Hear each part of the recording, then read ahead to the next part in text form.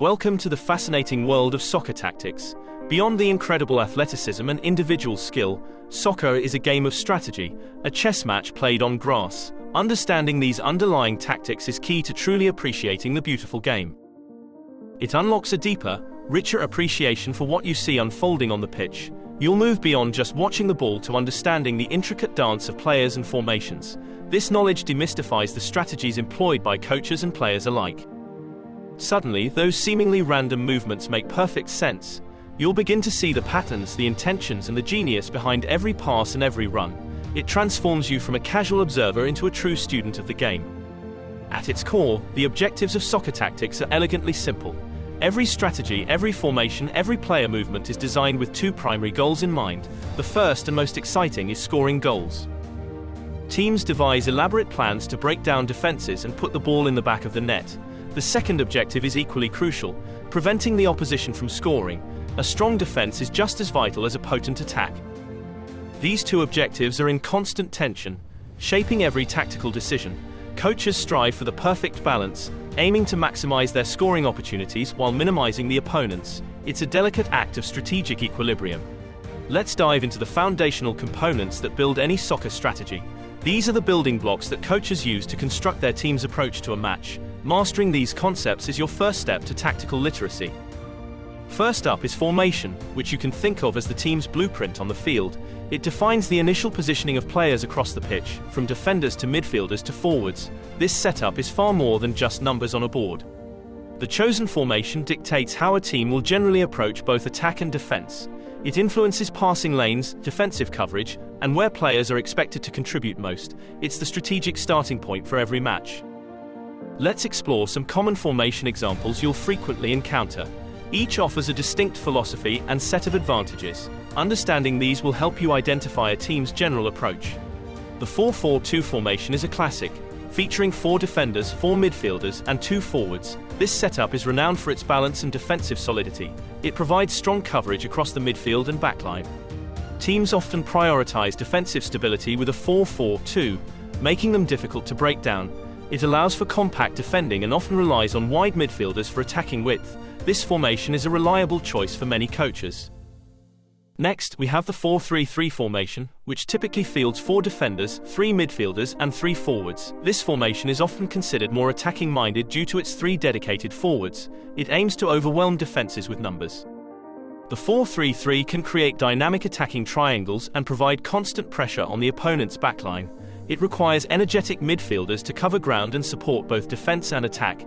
This setup is popular with teams seeking offensive dominance. Another intriguing formation is the 3-5-2, which uses 3 defenders, 5 midfielders, and 2 forwards. This system emphasizes midfield control and often relies on wingbacks to provide width in attack and defense. It can be very flexible. The 3-5-2 allows for numerical superiority in the midfield, helping teams control possession and dictate the tempo.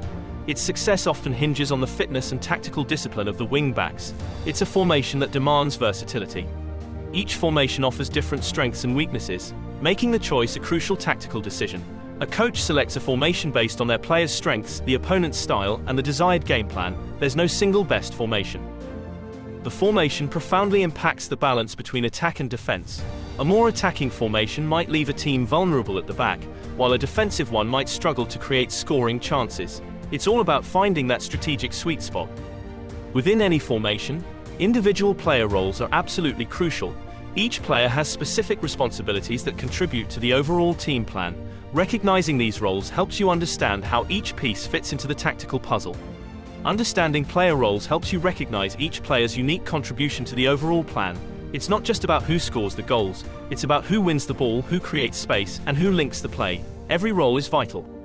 Broadly speaking, players fall into 3 main categories based on the primary responsibilities. These categories provide a general framework for understanding their positions on the field. Let's break them down. Defenders are primarily tasked with preventing the opposition from scoring goals. They protect their own net, block shots, and mark opposing attackers. Their discipline and positioning are paramount to a team's success. Midfielders control the game's flow and link defense to attack. They are the engine room of the team, responsible for winning possession, distributing the ball, and supporting both ends of the pitch. Their work rate is immense. Forwards are the players whose main aim is to score goals. They lead the attack, make runs into dangerous areas, and take shots on target. Their clinical finishing and movement are essential for offensive success. Beyond these broad categories, specific roles add further nuance to a team's tactics. These specialized positions highlight the intricate demands of modern soccer. They often require unique skill sets. A sweeper, for example, is a central defender who plays behind the main defensive line. Their role is to sweep up any balls that get past the primary defenders, acting as the last line of defense before the goalkeeper. This role is less common now but historically significant. Another key role is the holding midfielder, also known as a defensive midfielder. This player primarily protects the backline, breaking up opposition attacks and shielding the defense. They are crucial for maintaining defensive solidity and initiating attacks. Beyond formations and roles, teams employ game-specific strategies that are dynamic and adapt to the flow of a match. These are the tactical plays that unfold in real time, responding to the opponent and the situation. They add layers of complexity. Let's look at some common attacking tactics designed to create scoring opportunities.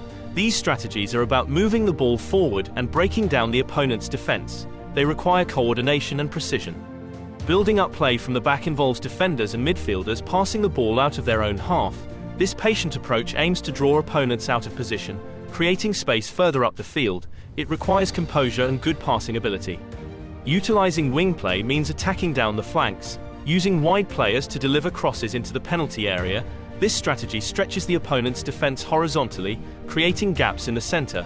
It's a classic way to create chances. Employing quick counterattacks involves rapidly transitioning from defense to attack after winning possession. The goal is to exploit space left by an opponent who is committed forward. Speed and directness are key to successful counter-attacking. Equally important are defensive tactics, designed to regain possession and prevent the opponent from scoring. These strategies require discipline, organization, and collective effort. A strong defense is the foundation of any successful team. Pressing involves aggressively winning the ball back high up the pitch, often in the opponent's half. This tactic aims to disrupt the opponent's build-up play and force turnovers in dangerous areas. It demands high energy and coordinated effort from the entire team. Zonal marking is a defensive strategy where players are responsible for defending specific areas or zones on the pitch. Instead of following individual opponents, they cover their assigned space. This maintains team shape and prevents large gaps from appearing. Man marking, in contrast, involves defending specific players, following them wherever they go on the pitch. This tactic aims to neutralize an opponent's key attacking threats by denying them space and time. It requires intense individual focus and stamina. Soccer tactics are not static. They are incredibly dynamic and constantly evolving. Understanding this adaptability is key to truly appreciating the strategic depth of the game. It's a living, breathing chess match. Coaches constantly adjust their strategies throughout a match, sometimes multiple times. These in-game changes are crucial for responding to the opponent's tactics and the unfolding events. A good coach is always thinking several steps ahead. Adjustments are made based on various factors, including the opponent's strengths and weaknesses, the current scoreline, and the overall flow of the game. A team might switch formations, introduce new players, or change their pressing intensity. This constant evolution makes every match unique. Understanding these basic tactical concepts provides a solid foundation for a much deeper appreciation of soccer. You'll start to see the game through a different lens, noticing details you never did before. It's like unlocking a secret language. This knowledge helps you understand the tactical nuances that often decide the outcome of a match. You'll recognize why a certain substitution was made or why a team shifted its defensive shape. It elevates your viewing experience significantly. To further enhance your game appreciation, start actively looking for tactical elements during a match. It's an engaging way to apply what you've learned and deepen your understanding. Become an active observer, not just a passive one. Pay close attention to team positioning, both in attack and defense. Notice how players move off the ball to create space or close down passing lanes. Are they maintaining a compact shape or are they stretched? Observe the ball movement and how it relates to player positioning. Does the team pass quickly to exploit space, or do they hold possession patiently? How do they transition from defense to attack, or vice versa? Finally, note how teams react to their opponent's actions. Do they press high when the opponent tries to build from the back? Do they drop deep when facing a fast counterattack? These reactions reveal their tactical intelligence. By focusing on these elements, you'll gain a profound understanding of soccer's strategic beauty. You'll see the game not just as a series of individual moments, but as a complex, interconnected tactical battle. Enjoy the journey into the heart of soccer strategy. Please show some love, like, share with friends, and subscribe for more unforgettable football stories.